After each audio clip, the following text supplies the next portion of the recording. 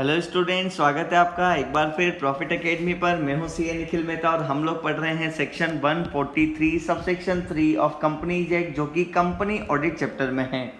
My dear friends, इससे just previous video में मैंने सेक्शन 143 सबसेक्शन 1 एंड 143 सबसेक्शन 3 का जो बेसिक है वो मैंने समझा दिया है। तो अगर आपने इससे जस्ट प्रीवियस वीडियो नहीं देखा है तो पहले जाइए, वो वाला वीडियो देखिए और फिर हम लोग यहाँ पढ़ते हैं सेक्शन 143 सबसेक्शन 3।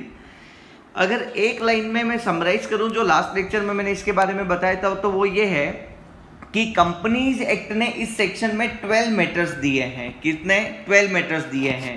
और कंपनीज एक्ट ने किसको? ऑडिटर को क्या काम दिया कि ऑडिटर साहब जब आप ऑडिट करने जाओ तो ये 12 मैटर भी चेक करना। भाई आप सेल चेक करोगे, परचेज चेक करोगे, एसेट लायबिलिटी चेक करोगे, आप इनकम एक्सपेंडिचर चेक करोगे, आप स्टैंडर्ड्स ऑन ऑडिटिंग के हिसाब से सैकड़ों चीजें चेक करने वाले हो। तो जब इतना सब कुछ चेक कर रहे हो तो थोड़ी सी बात कंपनीज एक्ट की भी मान लो। और एक कंपनी की ऑडिट पे जाओ तो ये 12 मीटर जरूर चेक करना। ओके, फिर कंपनीज एक्ट ने ऑडिटर को कहा कि ये 12 मीटर चेक करना, हम आपकी ऑडिट रिपोर्ट का इंतजार करेंगे। मतलब ऑडिटर को क्या बोला कि 12 मीटर चेक करोगे, चेक करने के बाद आपको जो भी इन 12 मीटर के बारे में मिले वो रिपोर्ट में जरूर लिखना। भाई आपको या तो मिलेगा सब कुछ ठीक है तो भी आप रिपोर्ट में लिखना कि मैंने ये मीटर चेक किया है, इसमें सब कुछ ठीक है, मैंने ये मीटर चेक किया है, इसमें सब कुछ ठीक है। और या फिर आपको कुछ गड़बड़ मिलेगी ना, तो भी आपको रिपोर्ट में लिखना है कि मैंने ये मीटर चेक किया और मैं इससे सेटिस्फाइड नहीं हूं, ये ठीक नहीं है। ओके, तो देयर आर 12 मैटर्स जिनकी रिपोर्टिंग करना कंपलसरी है। सॉरी, जिनकी रिपोर्टिंग करना कंपलसरी है। तो ये 12 मैटर्स हैं, इन 12 मैटर की रिपोर्टिंग करना कंपलसरी है। मतलब एक ऑडिटर को ये 12 मैटर ऑडिट रिपोर्ट में लिखने जरूरी है हर कंपनी की ऑडिट करते समय। ओके, तो चलिए हम लोग पढ़ते हैं क्या वो 12 मीटर्स हैं और फिर लास्ट में हम लोग इसका एक शॉर्टकट भी बनाने वाले हैं। तो मैं अभी नहीं बताऊंगा, ये शॉर्टकट मैं बताऊंगा वीडियो के लास्ट में। आप लास्ट तक वीडियो जरूर देखिए और चलिए हम लोग स्टार्ट करते हैं। डियर ऑडिटर साहब, ऑडिट करने जा ही रहे हो तो चले जाओ।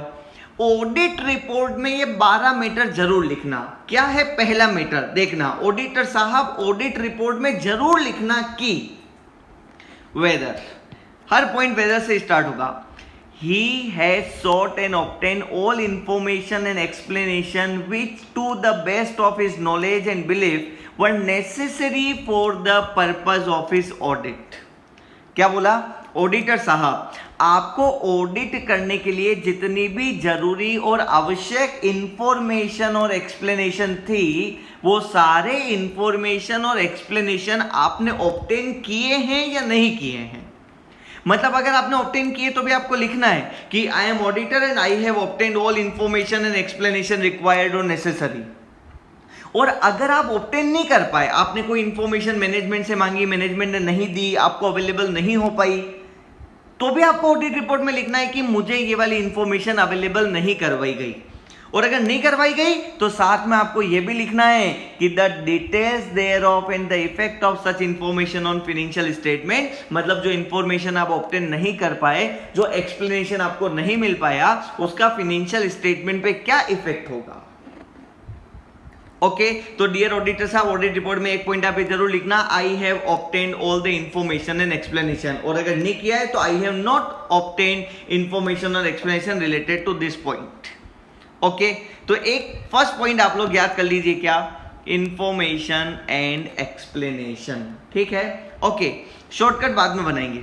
सेकंड पॉइंट, डियर ऑडिटर साहब जब ऑडिट करने जा रहे हो तो ऑडिट रिपोर्ट में ये मैटर भी लिखना। क्या लिखना ऑडिट रिपोर्ट में? कि whether in his opinion proper books of accounts as required by the law have been kept by the company so far as appears from his examination of those books and papers.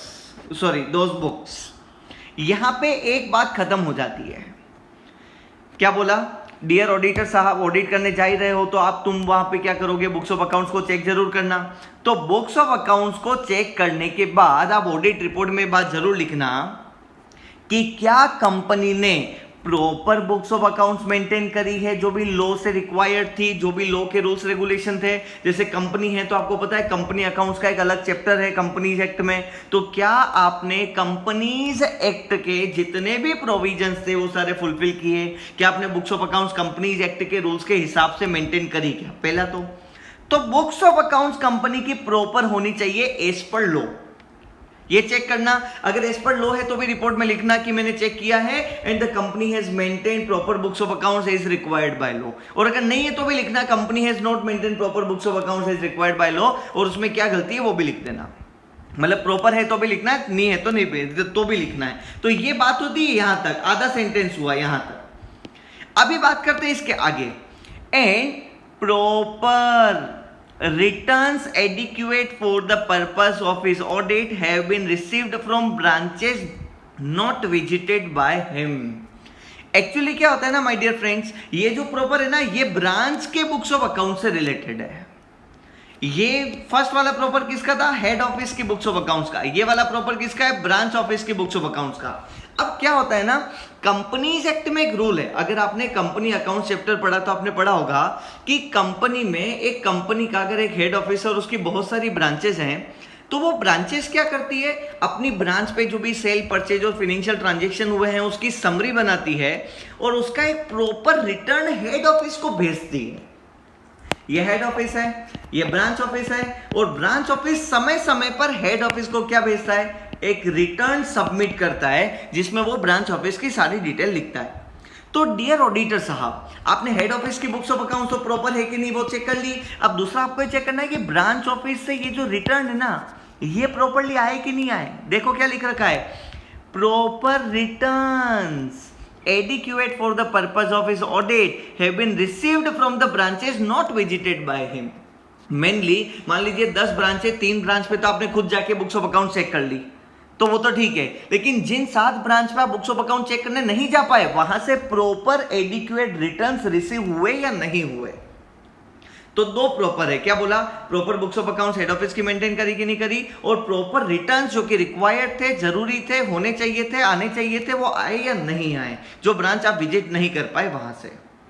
Okay, अगर सब कुछ ठीक है तो भी लिखना कि books of accounts भी प्रॉपर थी, रिटर्न्स भी प्रॉपर आ गए। अगर नहीं है तो भी लिखना, मतलब ये 12 पॉइंट का ऑडिट रिपोर्ट में लिखना जरूरी है। इसीलिए इन 12 पॉइंट्स की जो हेडिंग होती है वो हेडिंग होती है duty to report, section 143 subsection 3, याद रखना। चलते हैं थर्ड पॉइंट की तरफ। Whether the report on the accounts of any branch office of the company audited under subsection 8 by a person other than the company's auditor has been sent to him under the proviso to that subsection and the manner in which he has dealt with it in preparing his report। चलिए इसके पीछे की भी एक छोटी सी 1 minute की कहानी है, वो सुन लीजिए, फिर ये पॉइंट मैं आपके साथ एक बार फिर रीडिंग लगाऊंगा और उसको अच्छे से समझेंगे। एक्चुअली क्या होता है ना, हेड ऑफिस का जो ऑडिटर है वो ऑडिटर है mister A. There are 10 branches और हर ब्रांच का अलग ऑडिटर अपॉइंट किया गया है। ये मिस्टर बी है, ये सी है, ये डी है, ये ई है, ये एफ है, और अलग अलग ब्रांच का अलग अलग ऑडिटर है। तो हर ब्रांच का ऑडिटर क्या करता है, अपने ब्रांच की ऑडिट रिपोर्ट बना के वो ब्रांच की ऑडिट रिपोर्ट किसको सेंड करता है? हेड ऑफिस के ऑडिटर को सेंड करता है। और आप आज इस पिक्चर में क्या हो? हेड ऑफिस के ऑडिटर। तो आपको अपनी ऑडिट रिपोर्ट में यह लिखना है कि ब्रांच ऑडिटर ने आपको ऑडिट रिपोर्ट भेजी कि नहीं भेजी। अगर मान लो 10 ब्रांच और 10 में से 8 ब्रांच की आपको ऑडिट रिपोर्ट आ गई, 2 ब्रांच की आपको ऑडिट रिपोर्ट रिसीव नहीं हुई, तो आप इसमें लिख देना कि आई have not receive the audit report of Lucknow branch and Udaipur branch. ठीक है, तो पहला तो ऑडिट रिपोर्ट रिसीव हुई कि नहीं हुई, अगर नहीं हुई है तो भी लिखो, हुई है तो भी लिख देना कि we have received all the audit reports from all the branches. Okay, अब दूसरी बात ये है ना कि हर ऑडिटर अपने अपने ब्रांच की ऑडिट रिपोर्ट आपको सेंड कर देगा। अब आप बात को समझो, ये एक ब्रांच है, इस ब्रांच में मान लीजिए 10,000 रुपीज का एक आइटम है जो कि मटेरियल है। अब वो मटेरियल है और 10,000 रुपीज के आइटम में, मटेरियल आइटम में मिस स्टेटमेंट है, तो इस ऑडिटर ने अपनी ऑडिट रिपोर्ट में लिखा होगा कि हमको ये 10,000 रुपीज का एक इनवॉइस नहीं मिला या इसके प्रॉपर एविडेंस नहीं मिले। इसने क्या कर दिया, क्वालिफाई कर दिया रिपोर्ट को। अब आपकी कंपनी की जो बैलेंस शीट की टोटल है ना वो है 1,000 करोड़, और आप ठहरे कंपनी के हेड ऑफिस के मेन ऑडिटर, मतलब कंपनी के स्टेचुटरी ऑडिटर, ब्रांच के नहीं, कंपनी के स्टेचुटरी ऑडिटर। जब आप ओवरऑल कंपनी के फाइनेंशियल स्टेटमेंट पे ऑडिट रिपोर्ट बनाओगे तो हो सकता है कि आपके लिए ये 10,000 रुपए का आइटम जो कि एक ब्रांच के लिए मटेरियल था वो आपकी रिपोर्ट के लिए मटेरियल ना हो।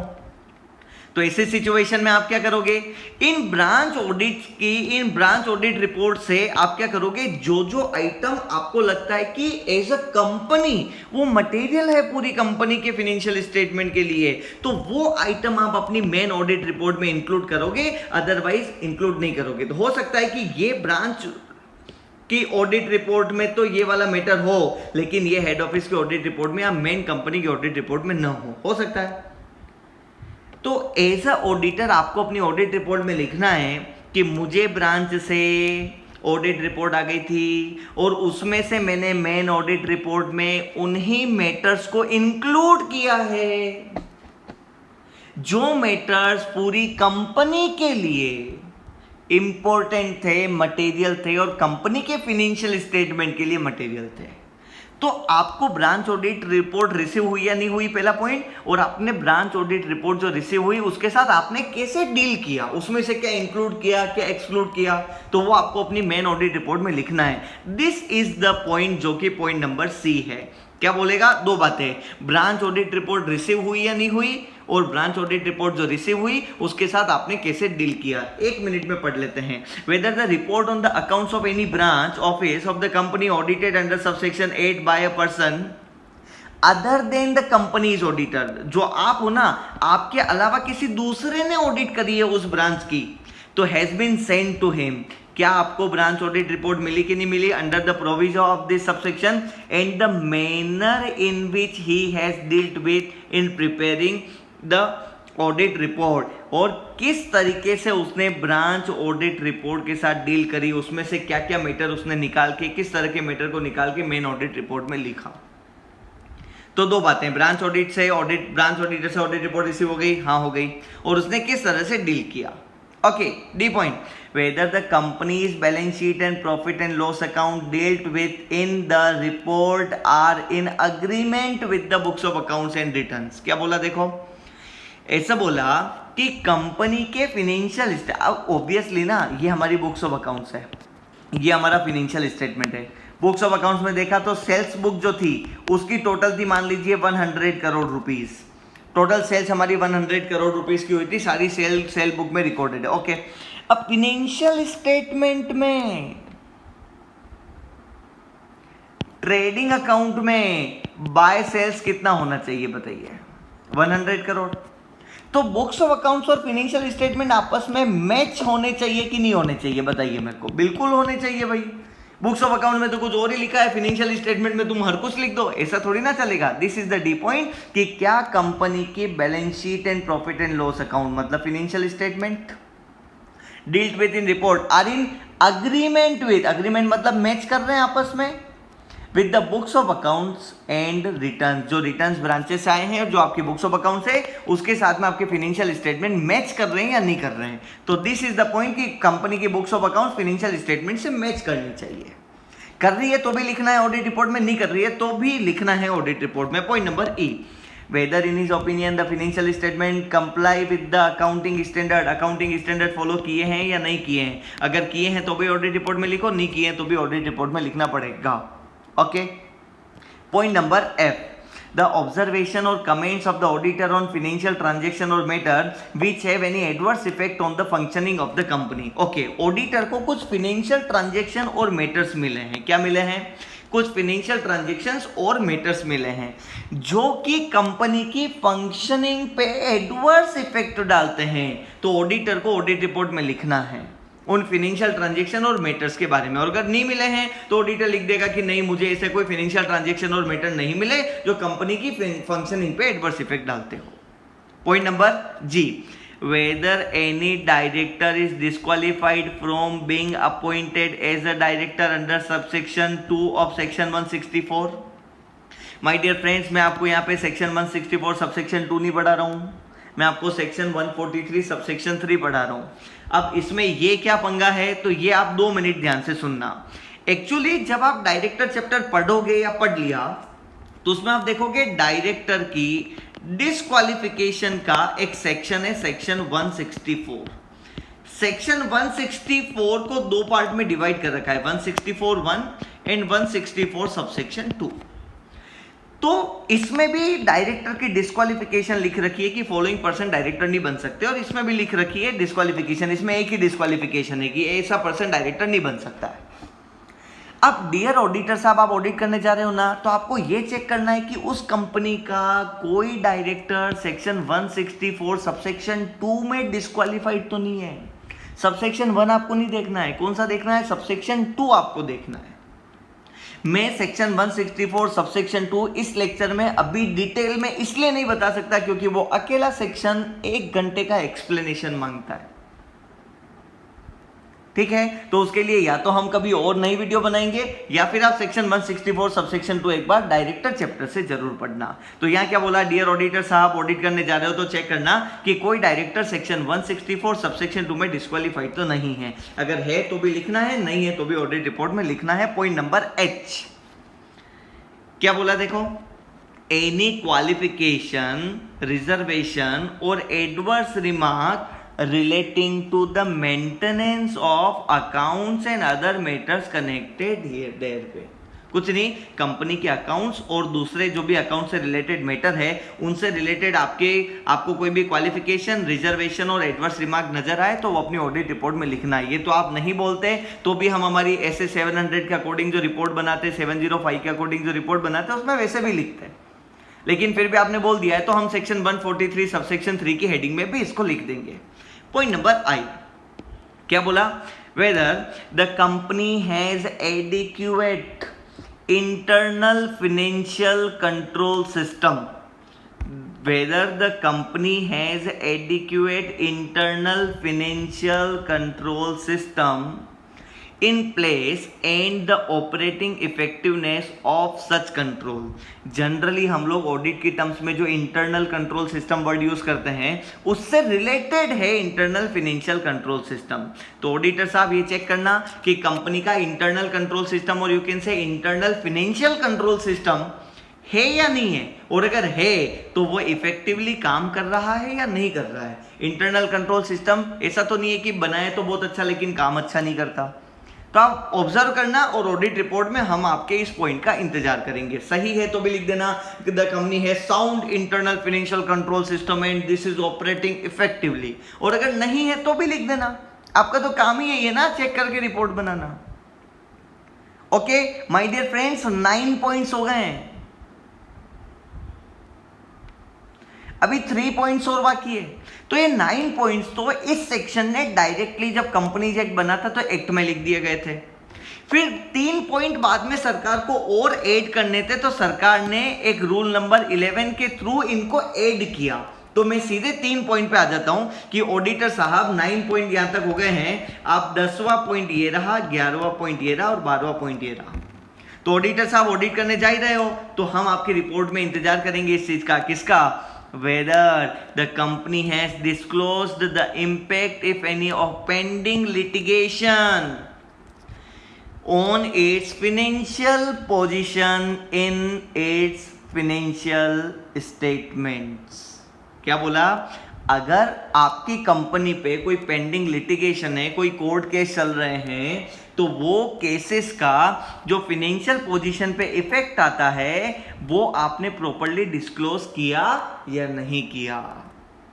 ओके ये ऑडिटर साहब चेक करेंगे। अगर कोई केस चल ही नहीं रहा है तो ऑडिटर साहब लिख देंगे कोई केस नहीं चल रहा है। अगर केस चल रहा है और उसको प्रॉपर्ली डिस्क्लोज कर रखा है तो भी ऑडिटर साहब लिख देंगे भाई केस चल रहा है प्रॉपर्ली डिस्क्लोज्ड।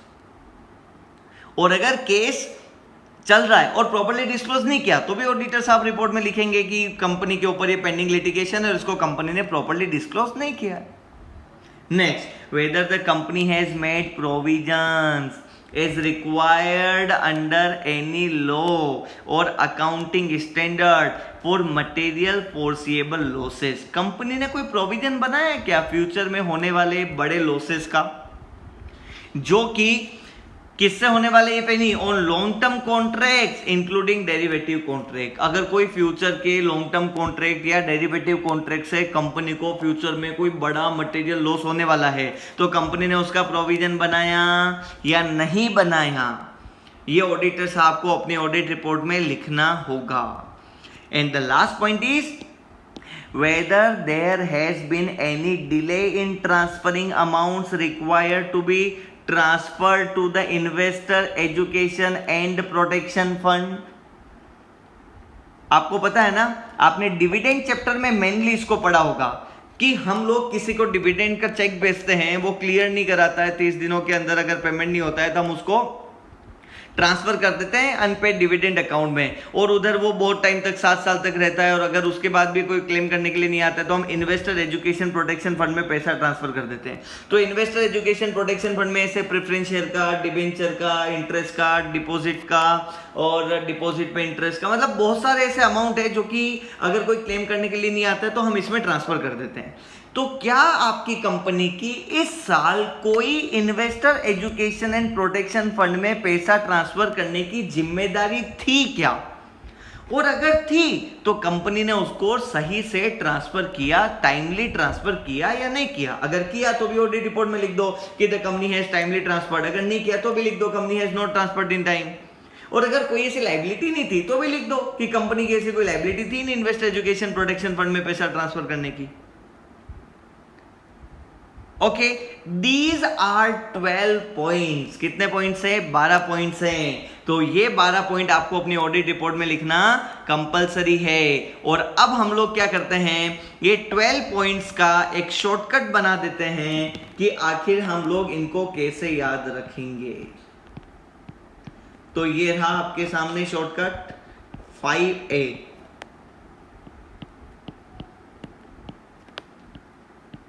P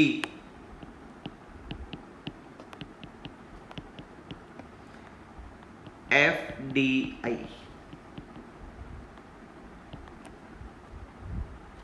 5A है, 3P है, और ये है FDII। ये जो शॉर्टकट है ना, ये सीक्वेंस में नहीं है जो सीक्वेंस में हम लोगों ने पढ़ा, ठीक है। ये शॉर्टकट अपना एक अलग शॉर्टकट है, तो वो सीक्वेंस में नहीं बन सकता था, तो मैंने ऐसे ही बनाया उसको। अब मैं आपको बता देता हूं क्या चीज किधर कवर हो रही है। यह है इसका कीवर्ड है इंफॉर्मेशन एंड एक्सप्लेनेशन। मैं कीवर्ड अलग मार्कर से मार्क कर रहा हूं, देख लो, इंफॉर्मेशन एंड एक्सप्लेनेशन। तो इसको मैं लिख रहा हूं इधर क्या, आई। ओके, फिर इधर है ना, ये है इसका कीवर्ड है प्रॉपर एंड प्रॉपर, तो इसको मैं इधर लिख रहा हूं क्या, पी। ओके, फिर इसका है ऑडिट रिपोर्ट ऑफ ब्रांचेज, ये है ना पॉइंट नंबर सी। इसका है मेन जो की पॉइंट मैं इसको बताता हूं वो ये है ऑडिट रिपोर्ट ऑफ ब्रांच। तो ये है A for audit report of branch. Whether the companies balance sheet, books of accounts, agreement, ये भी मैं ए लिखता हूं। इसका कीवर्ड भी मैं क्या करता हूं, अग्रीमेंट को मैं इसका कीवर्ड बनाता हूं कि फाइनेंशियल स्टेटमेंट और बुक्स ऑफ अकाउंट्स आपस में अग्री कर रही है या नहीं कर रही है। फिर इसका भी ए है, ये है अकाउंटिंग स्टैंडर्ड हमारा, ये अकाउंटिंग स्टैंडर्ड जो है ये हमारा कीवर्ड है, ये ए हो गया। उसके बाद पॉइंट नंबर एफ में भी ए पॉइंट है, इसमें भी मैं एडवर्स इफेक्ट को की पॉइंट मानता हूं। 4A हो गया ना, एक ए और आएगा। ओके, ये है डिस्क्वालिफिकेशन, डी, ये डिस्क्वालिफिकेशन। उसके बाद ये भी ए है, जो नेक्स्ट पॉइंट है ये ए है। इसमें भी है ना जो एडवर्स रिमार्क है, मैंने इसको की पॉइंट माना है। ऊपर जो एडवर्स इफेक्ट था वो क्या है, एडवर्स इफेक्ट है फंक्शनिंग ऑफ द कंपनी पे, और एडवर्स रिमार्क है कंपनी के फाइनेंशियल स्टेटमेंट और बुक्स ऑफ अकाउंट्स पे। फिर जो 9 पॉइंट है इसका हम लोग कीवर्ड मानते हैं आई, इंटरनल फाइनेंशियल कंट्रोल सिस्टम, ये आई हो गया। ये हो गया हमारा P for pending litigation, pending litigation, ये हमारा हो गया प्रोविजन फॉर फोर्सिएबल लॉसेस, तो ये भी हमारा हो गया P, और ये है investor education and protection fund, इसका कीवर्ड है, तो ये इसका हमारा हो गया I। ओके, अब आप फटाफट से देख लीजिए 5A होने चाहिए। क्या क्या है 5A, एक साथ मेरे साथ तो सारे पॉइंट आप लोग रिवाइज कर लीजिए। पहला ए है ऑडिट रिपोर्ट ऑफ ब्रांच, आप है ना 5A करके लिख देना, ठीक है। Audit report of branch, agreement dash करके लिख देना, books of accounts and financial statement, accounting standard, adverse effect on functioning और एडवर्स रिमार्क्स, ये हो गए 5 है। फिर आते 3P, प्रॉपर एंड प्रॉपर, ये एक ही P है, proper books of accounts company के हेड ऑफिस पे, प्रॉपर रिटर्न ब्रांच से रिसीव हुए हैं। फिर आते हैं 2P यहाँ पे, पेंडिंग लिटिगेशन और प्रोविजन फॉर फोर्सेबल लॉसेस। फिर आता है FDII, तो F है फिनेंशियल, नहीं सॉरी F किधर है,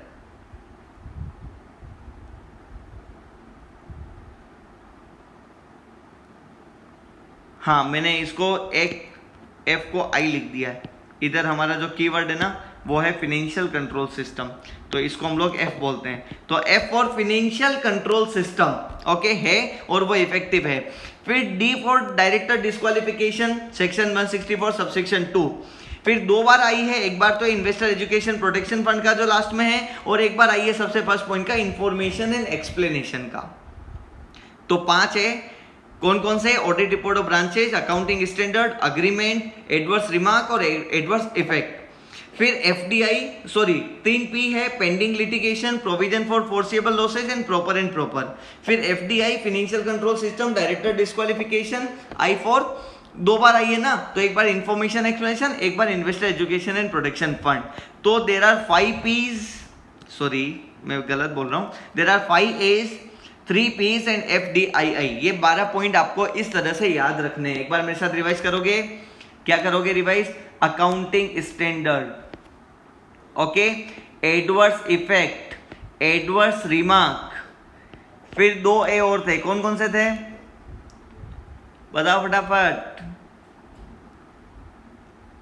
अरे मेरे को भी देखना पड़ेगा, मेरे माइंड से मिस हो गया। ये रहे ऑडिट रिपोर्ट ऑफ ब्रांचेज और agreement, audit report of branches और अग्रीमेंट, बुक्स ऑफ अकाउंट्स और फाइनेंशियल स्टेटमेंट आपस में अग्री कर रहे हैं कि नहीं कर रहे हैं। ये है पेंडिंग लिटिगेशन, ये है प्रोविजन फॉर फोर्सिएबल लॉसेस, और एक और P है हमारा proper and proper books of accounts company ने हेड ऑफिस में मेंटेन करे और ब्रांच में प्रॉपर रिटर्न। ये है फाइनेंशियल कंट्रोल सिस्टम, ये है डायरेक्टर की डिस्क्वालिफिकेशन, ये है हमारा investor education and protection fund, और ये हमारा इंफॉर्मेशन एंड एक्सप्लेनेशन रिसीव हुई कि नहीं हुई। तो this is the shortcut of these 12 points.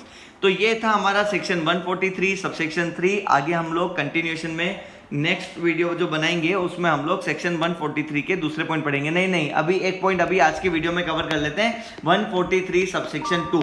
हम लोगों ने अभी सेक्शन 143 सबसेक्शन 1 पढ़ा, उसमें 6 मीटर पढ़े, 143 सबसेक्शन 3 पढ़ा, उसमें 12 मीटर्स पढ़े, 143 सबसेक्शन 2 है जिसमें 1 ही मीटर है, और वो है हमारा ट्रू एंड फेयर व्यू वाला। तो चलिए आइए हम लोग इसको एक बार 2 मिनट के लिए रीडिंग लगा देते हैं। सेक्शन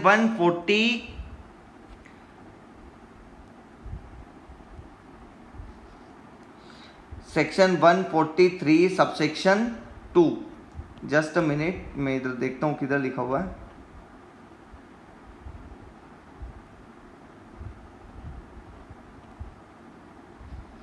ओके, ये इधर बुक में कहीं आगे या पीछे होगा, मैं आपको 2 मिनट समझा देता हूँ। 143 सबसेक्शन 2 क्या बोलता है, तो 2 मिनट के लिए समझना। सेक्शन 143 सबसेक्शन 2 में लिख रखा है, कंपनीज एक्ट ने कहा ऑडिटर साहब को कि डियर ऑडिटर साहब, ऑडिट करने जा ही रहे हो तो कंपनी के financial statement true and fair view दे रहे हैं या नहीं दे रहे हैं, ये आप अपनी ऑडिट रिपोर्ट में जरूर लिखना। तो ऑडिटर को true and fair view check करना होता है, स्टैंडर्ड ऑन ऑडिटिंग भी इसके लिए कहते हैं, और साथ में सेक्शन 143 सबसेक्शन 2 भी इसके लिए कहता है कि financial statement true and fair view दे रहे हैं या नहीं दे रहे हैं, ये ऑडिटर अपनी ऑडिट रिपोर्ट में लिखेगा। तो आज के लेक्चर में इतना ही, हम लोग नेक्स्ट लेक्चर में नए टॉपिक के साथ एक बार फिर मिलेंगे। तब तक के लिए अलविदा, bye bye, thank you so much.